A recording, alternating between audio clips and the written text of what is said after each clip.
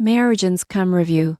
Pricing explained, what you get for your money. If you love beauty products, you've probably heard of MyOriginescom, a French-based online perfumery and pharmacy claiming to deliver luxury brands at just prices. But what does that actually mean for your wallet? Most shoppers get the pricing wrong. Let's break it down. Here's the gist. MyOriginescom offers more than 400 brands and 35 references, shipping to many European countries. Citron-Cirque on their IFA site, you'll find big-name fragrances and beauty products listed, often at discounted prices compared to high street stores. For example, Yves Saint Laurent Le Brevanel Couture 50ml at $114 compared to its usual markup. Citron-Cirque. What you get for your money: access to luxury and niche brand perfumes, skincare, hair care in one site. Often competitive pricing. Many Trustpilot reviews praise great prices, cheap fragrance. Citron-Cirque free gift offers above certain basket amounts. They mention a mystery gift over 109. Citron-Cirque, what to watch out for: what you give up. Delivery from abroad may take longer than local stores.